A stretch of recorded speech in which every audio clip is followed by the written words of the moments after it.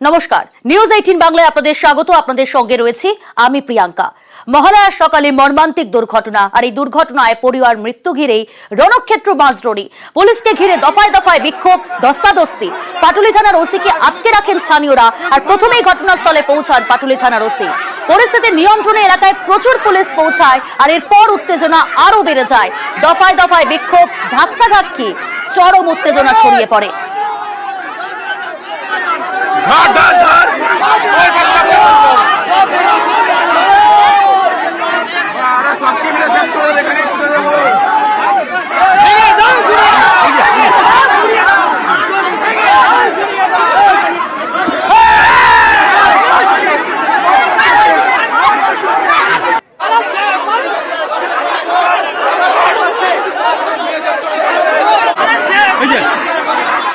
দুর্ঘটনায় পড়ুয়ার মৃত্যু ঘিরে রণক্ষেত্র বাঁশডোরি। পুলিশকে ঘিরে দফায় দফায় বিক্ষোভ, ধস্তাধস্তি।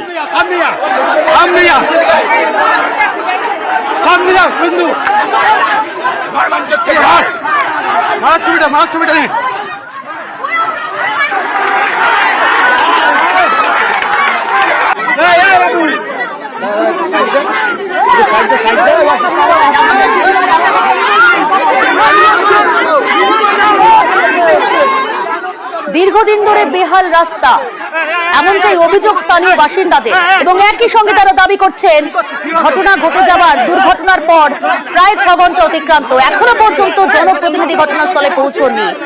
দ্রুত ঘটনাস্থলে পৌঁছানোর জন্য আর্জি জানাচ্ছেন স্থানীয় বাসিন্দারা। উজ্জ্বল রয়েছে সহকর্মী। উজ্জ্বল, বর্তমানে কি পরিস্থিতি? অনিতা কর মজুমদার, তিনি কি ঘটনাস্থলে পৌঁছলেন?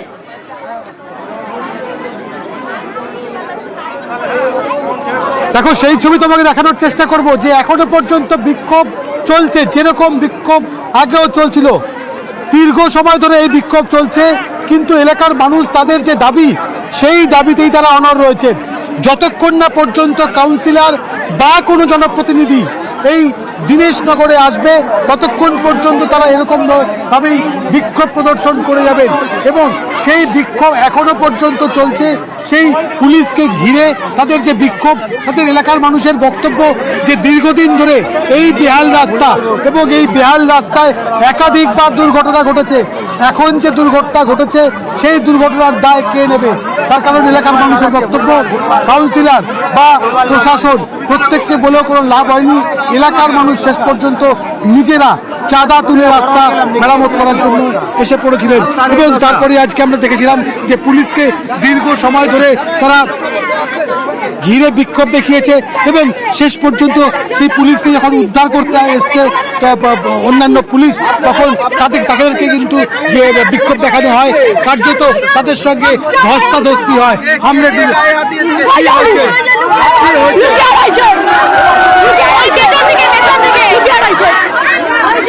কি হয়েছে কি আমাদের গায়ে হাত তুলেছে পুলিশ অফিসার। সেই পুলিশ অফিসার পুরুষ না মহিলা? পুরুষ। দাবি কি এখন?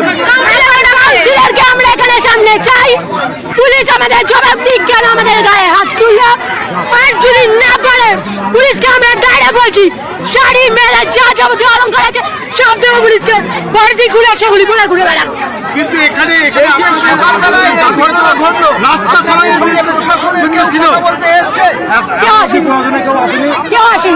এরকম কেন হলো? এখানে বাঁশডোরি এটা এরিয়া, এখানে ওসি এসছে, পাটুলির ওসি কেন এসছে? এখানে পাটুলির ওসি এসছে, আমরা ওনাকে শান্তপূর্ণভাবে বলেছি এর জন্য কাউন্সিলর দায়ী। এই পুলিশ অফিসার এসছে, কাউন্সিলর কেন আসেনি?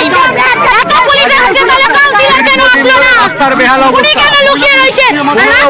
কাউন্সিলর রাস্তার বেহাল অবস্থা, একটা রাস্তার কোনো ঠিক ঠিকানা নেই, কিছু নেই, কোনো কাজ নেই। আর আজকে এখানে মানুষ যখন প্রতিবাদ করছে, তখন পুলিশ এসে মহিলাদের ওপর হাত দিচ্ছে। এর শেষ অবধি এখানে দেখা হবে, কোনো ছাড়ার ব্যাপার নেই। পুলিশ যতক্ষণ না কাউন্সিলর আসছে, এলাকার মানুষের যা দাবি, তা যতক্ষণ না কাউন্সিলর এখানে আসছে, কোনো পুলিশ আধিকারিককে ছাড়া হবে না। পুলিশ এসে কেন? পুলিশ এসে কি জন্য মহিলাদের গায়ে হাত দিলেন? পুলিশ এসে কি জন্য মহিলাদের গায়ে হাত দিলেন? দৈপায়ন চক্রবর্তী। আমরা দেখছিলাম। উজ্জ্বল, একটু সঙ্গে থাকো। অনিতা কর মজুমদার 113 নম্বর ওয়ার্ডের কাউন্সিলর, সেই জনপ্রতিনিধির সঙ্গে আমরা কথা বলেছিলাম। জনপ্রতিনিধি জানিয়েছেন তিনি থানায় রয়েছেন, কিছুক্ষণ পর তিনি ঘটনাস্থলে পৌঁছাবেন। আর কি বললেন শুনুন। দুর্ঘটনা হয়েছে, দুর্ভাগ্যজনক, এরকম যেন কখনো না ঘটে। আমরা মর্মাহত তার জন্য।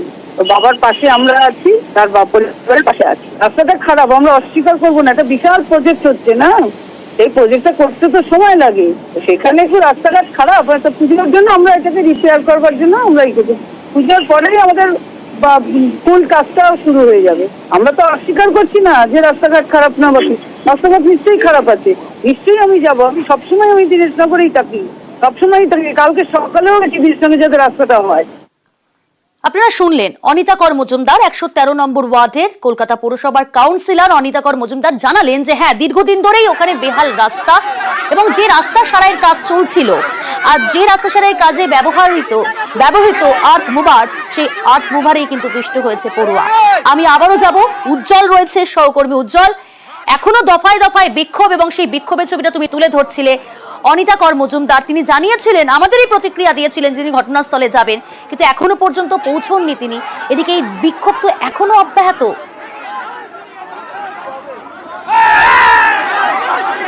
দেখো, তাদের একটাই বক্তব্য, কাউন্সিলর যতক্ষণ না পর্যন্ত আসবে ততক্ষণ পর্যন্ত তারা এই বিক্ষোভ চালিয়ে যাবেন। পুলিশকে যেরকম ভাবে তারা কার্যত ঘিরে রেখে দিয়েছেন, সেই পুলিশকে তারা ঘিরে রেখে দেবেন। তারা স্লোগান দিচ্ছেন যে যতক্ষণ না পর্যন্ত তাদের যা দাবি সেই দাবি মানা হবে ততক্ষণ পর্যন্ত তাদের বিক্ষোভ চলবে। ফলত এখনই এখানে বিক্ষোভ মেটার কোনো প্রশ্ন নেই বলে তারা জানিয়েছেন। দীনেশনগর এলাকা, এই দীনেশনগরে এখনো পর্যন্ত উত্তেজনা রয়েছে পরিস্থিতি, এবং সেই পরিস্থিতি কার্যত উত্তপ্ত থাকার জন্য প্রচুর পুলিশ মোতায়েন করা হয়েছে অবশ্যই, কিন্তু পুলিশও পরিস্থিতি নিয়ন্ত্রণে আনার জন্য চেষ্টা করছেন। যদিও এখনো পর্যন্ত বিক্ষোভকারীদের বক্তব্য তাদের দাবি মানতে হবে, তাদের দাবি না মানা পর্যন্ত তারা এই রাস্তা থেকে সরবেন না, এবং অবশ্যই কাউন্সিলরকে আসতে হবে। মানে এই বিক্ষোভ তারা চালিয়ে নিয়ে যাবেন। কিন্তু একই সঙ্গে উজ্জ্বল, তোমার কাছ থেকে জানতে চাইবো যে মর্মান্তিক দুর্ঘটনা মহালয়ার সকালে ঘটে গেল, এই বেহাল রাস্তা কত দিন ধরে, কত বছর ধরে বেহাল রাস্তা, স্থানীয় বাসিন্দারা নির্দিষ্টভাবে ঠিক কি কি অভিযোগ সামনে আনছেন?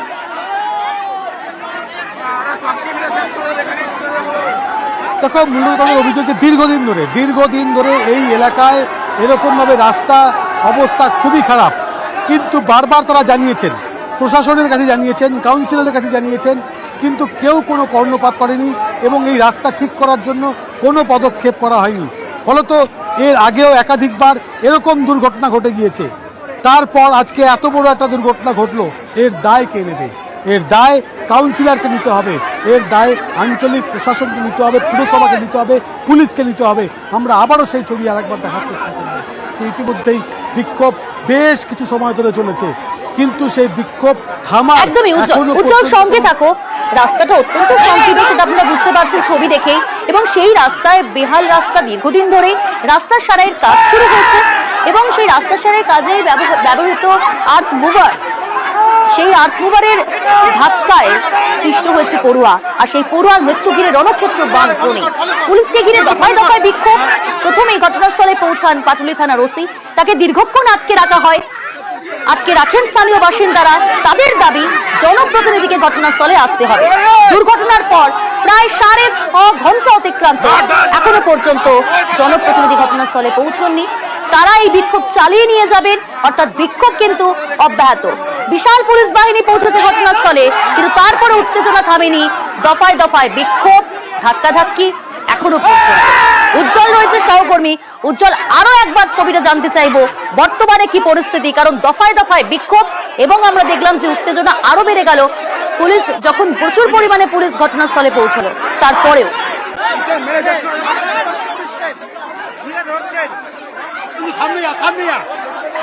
দেখাচ্ছিলাম একটু আগে যে কোনো রকম ভাবেই তাদের বক্তব্য যে দাবি যতক্ষণ না পর্যন্ত মানা হচ্ছে ততক্ষণ পর্যন্ত তারা রাস্তা ছাড়বেন না, এবং কাউন্সিলর যতক্ষণ না আসছেন ততক্ষণ পর্যন্ত পুলিশ আধিকারিকদেরকে এইভাবেই তারা ঘিরে রেখে দেবেন।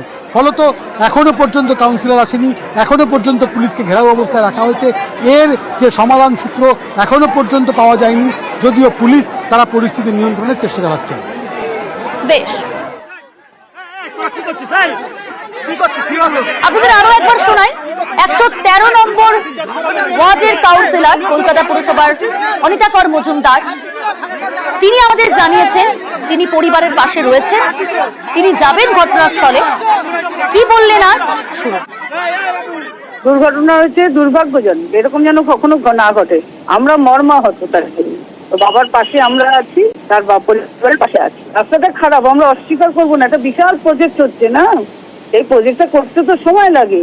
সেখানে একটু রাস্তাঘাট খারাপ, একটা পুজোর জন্য আমরা এটাকে রিপেয়ার করবার জন্য আমরা এই করবো। পুজোর পরেই আমাদের ফুল কাজটাও শুরু হয়ে যাবে। আমরা তো অস্বীকার করছি না যে রাস্তাঘাট খারাপ না, বসে রাস্তাঘাট নিশ্চয়ই খারাপ আছে, নিশ্চয়ই আমি যাবো। আমি সবসময় আমি দিনেশনগরেই থাকি, সবসময়ই থাকি। কালকে সকালেও গেছি দিনেশনগরে যাতে রাস্তাটা হয়।